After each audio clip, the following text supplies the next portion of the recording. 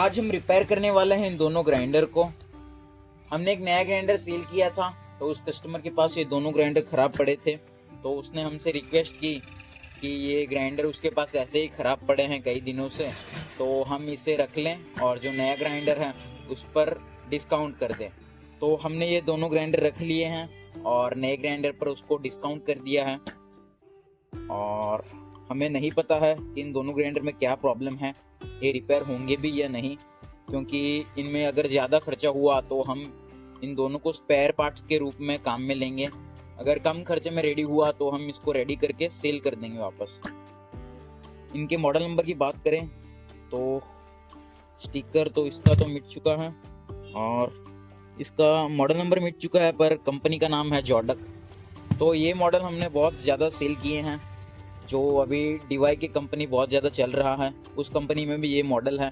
फिर एक माल power tools करके भी आता है, उसमें भी ये मॉडल है। और भी जॉडक, मेकअप, कई सारी कंपनियां हैं जिन्होंने ये मॉडल निकाल रखा है। तो चलिए फिर हम इन दोनों को बारी बारी से ऑन करके देखते हैं इन दोनों में क्या प्रॉब्लम है।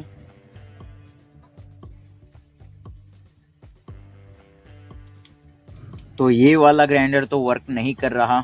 दूसरे ग्राइंडर को देखते हैं उसमें क्या प्रॉब्लम है। तो यहाँ पर एमसीबी ट्रिप हो चुकी है, तो इसमें वायरिंग या फील्ड कॉइल में शॉर्ट है। तो सबसे पहले जो ग्राइंडर ऑन नहीं हो रहा उसको ओपन करके चेक करेंगे, क्या पता इसमें सिर्फ वायरिंग में ही दिक्कत हो। सबसे पहले इसके कार्बन ब्रश चेक करेंगे। ये वाला कार्बन तो पड़ा है। दूसरी साइड का चेक करते हैं, तो ये भी एकदम सही है। कार्बन ब्रश डाल के हम पीछे से इसकी बॉडी को ओपन करेंगे, इसकी वायरिंग को चेक करेंगे।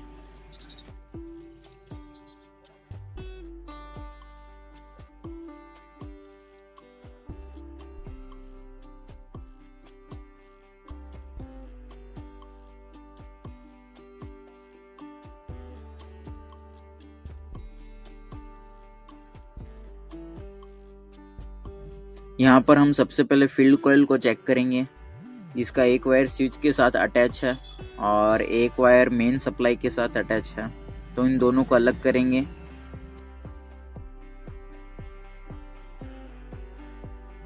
यहाँ पर जो वायर टिप लगा है उसको हटाएंगे।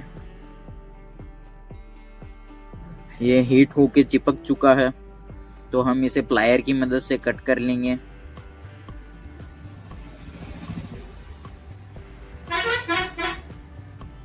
अब वायर कटर की मदद से इसको छील लेंगे और फिर हम सीरीज बोर्ड में फील्ड कॉइल को चेक करेंगे।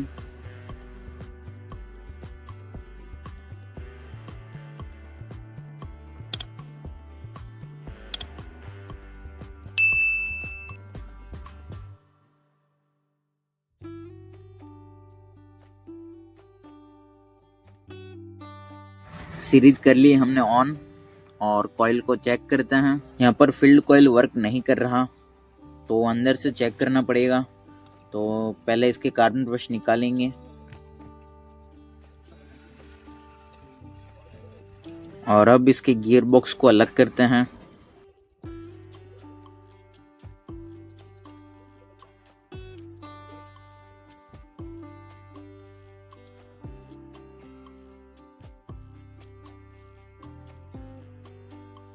तो यहाँ पर आप देख सकते हो इसका आर्मेचर हीट होकर काला पड़ चुका है। फील्ड कॉइल को देखते हैं, तो इसका फील्ड कॉइल देखने से तो जला हुआ ही लग रहा है। बाकी हम सीरीज में चेक करेंगे। देखने से तो ये पक्का श्योर है कि ये जल ही चुका है। तो एक बार सीरीज में भी चेक कर लेते हैं, संतुष्टि हो जाएगी।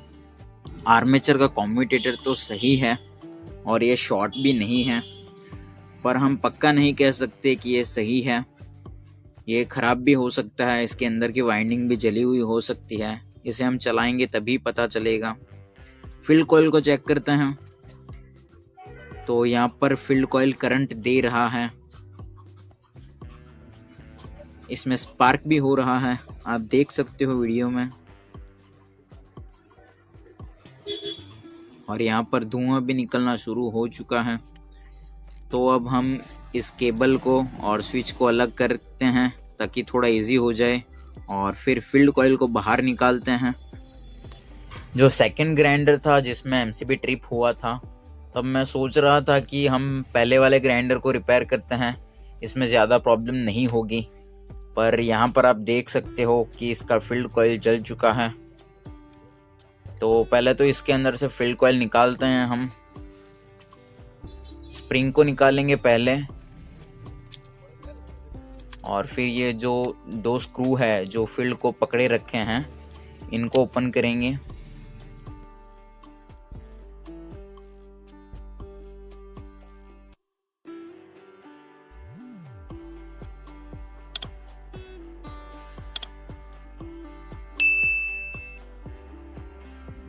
अब कुछ इस तरीके से हम फील्ड कॉइल को बाहर निकालेंगे।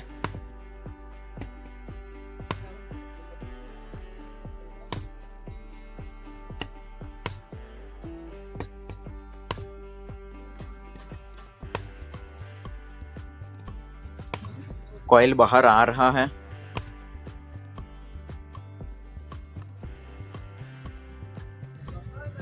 अब मैं इसे हाथ से पकड़कर निकाल सकता हूं, तो हम हथौड़ी का यूज करेंगे।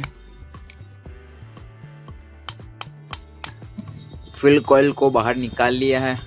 अब हम इसे एक बार सीरीज में वापस चेक करेंगे ताकि आपको अच्छे से दिखे कि इसके अंदर कितना ज़्यादा स्पार्क हो रहा है।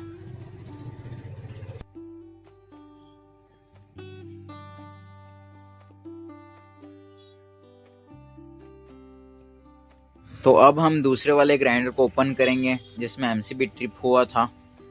देखते हैं इसमें क्या प्रॉब्लम है। सीधे इसकी वायरिंग को ही चेक करेंगे।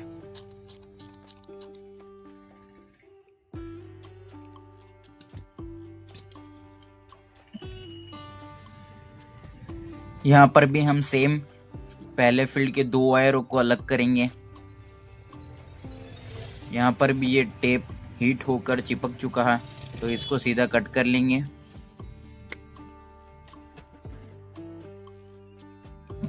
फील्ड कॉइल का एक वायर स्विच के साथ अटैच है, इसको अलग करेंगे। यहाँ पर हमने मेन वायर को अलग कर दिया है स्विच का, और फील्ड कॉइल का वायर उस साइड है, तो उसे भी निकालेंगे।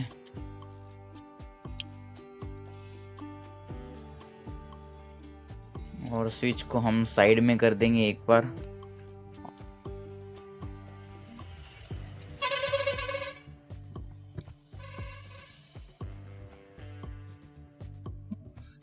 कैमरा का फोकस थोड़ा सही तरीके से करता हूँ ताकि आपको अच्छे से समझ में आए। तो फील्ड में करंट तो फ्लो हो रहा है, पर इसमें स्पार्किंग हो रहा है, तो मुझे लगता है इसका भी फील्ड कॉइल जल चुका है। तो इसे अंदर से ओपन करना होगा और फील्ड कॉइल को हमें बाहर निकालना होगा। तो हम इसकी मेन केबल को पहले ही अलग कर देंगे। अब इसके कार्बन ब्रश निकालते हैं। यहाँ पर दोनों ग्राइंडर के फील्ड कॉइल जल चुके हैं और हमें इन ग्राइंडरों को कम खर्चे में रेडी करना है। तो हमें पुराने स्टॉक में देखना होगा कि इस ग्राइंडर का फील्ड कॉइल पड़ा है या नहीं। आर्मेचर को बाहर निकालते हैं। इसका आर्मेचर पहले वाले ग्राइंडर से तो काफी अच्छा है,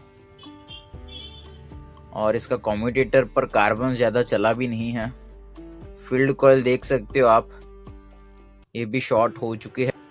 एक बार इसे सीरीज में भी चेक कर लेंगे।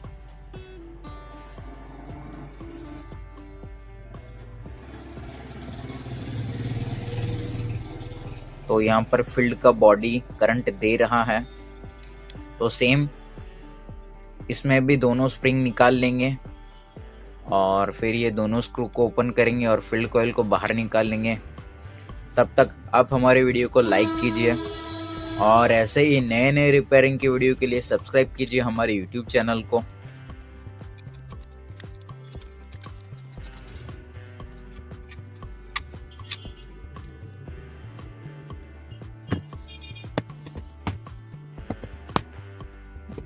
इन दोनों ग्राइंडर के अंदर से डस्ट बहुत ज़्यादा निकला है।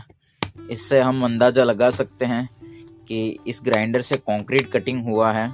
जो जीरी का काम होता है वो इस ग्राइंडर से किया गया है।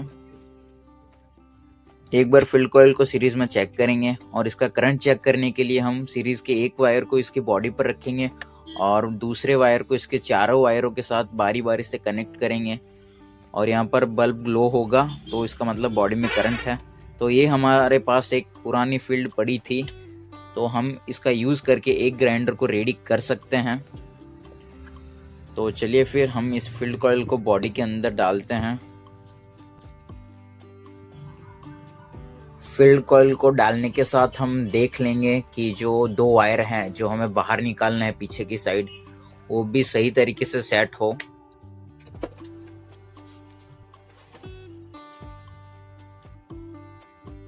यहाँ पर दोनों वायर को हमने बाहर निकाल लिया है और अब हम फील्ड को थोड़ा अंदर प्रेस करेंगे और थोड़ी फील्ड अंदर जाने के बाद हम इसकी स्प्रिंग डाल देंगे कार्बन होल्डर के अंदर। आप स्प्रिंग बाद में भी डाल सकते हो, पर इसके स्प्रिंग के साथ वायर ज़्यादा लंबा है तो ये थोड़ा मुश्किल हो जाएगा, तो मैं इसका स्प्रिंग पहले डालूँगा।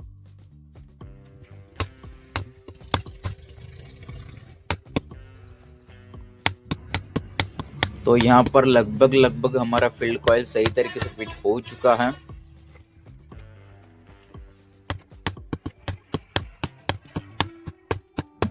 अब बारी है आईजी प्लेट की और दो स्क्रू जो फील्ड को बॉडी के साथ पकड़े रखते हैं।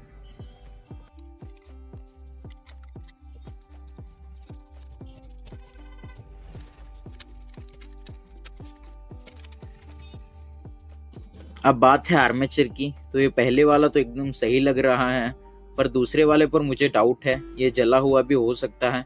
तो सबसे पहले हम इसका यूज़ करेंगे। अगर ये ख़राब हुआ तो इसे फेंक देंगे, अगर ये सही हुआ तो हम दूसरे वाले आर्मेचर को स्पेयर में काम में लेंगे। ये थोड़ा टाइट है क्योंकि हमने नई बेयरिंग शीट का यूज़ किया है, तो इसे कुछ इस तरीके से फिट करेंगे। तो यहाँ पर आर्मेचर फ्रीली रोटेट हो रहा है।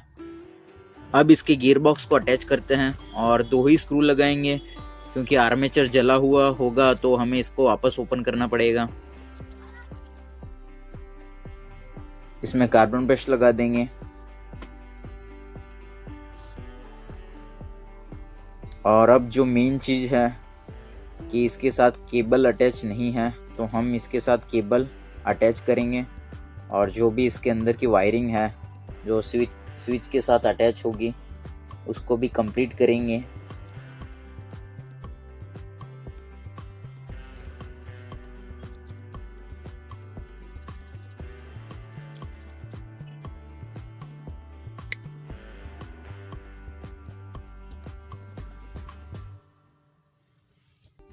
यहाँ पर मेन केबल का एक वायर फील्ड कॉइल के साथ सीधा अटैच करेंगे और दूसरे वायर को स्विच में अटैच करेंगे और फील्ड का दूसरा वायर भी स्विच के दूसरे कोने में अटैच करेंगे।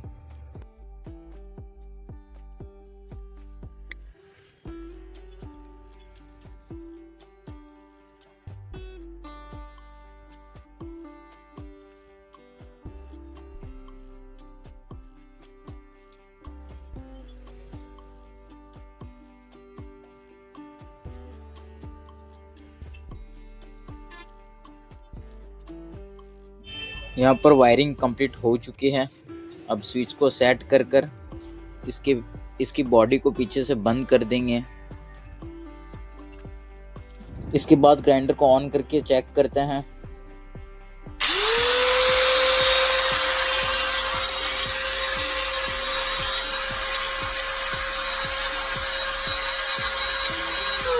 तो यहाँ पर ग्राइंडर सही तरीके से वर्क कर रहा है। इसका मतलब जो आर्मेचर हमें जला हुआ लग रहा था वो जला हुआ नहीं है। तो हमने पुराने फील्ड का यूज़ करके एक ग्राइंडर रेडी कर दिया है और जो दूसरे ग्राइंडर का सामान है उसको हम स्पेयर में काम लेंगे। अगर फ्यूचर में कभी भी ऐसा कोई मॉडल रिपेयरिंग में आया तो हम इस स्पेयर पार्ट्स का यूज़ कर सकते हैं। तो चलिए फिर मिलते हैं नेक्स्ट वीडियो में नई रिपेयरिंग के साथ।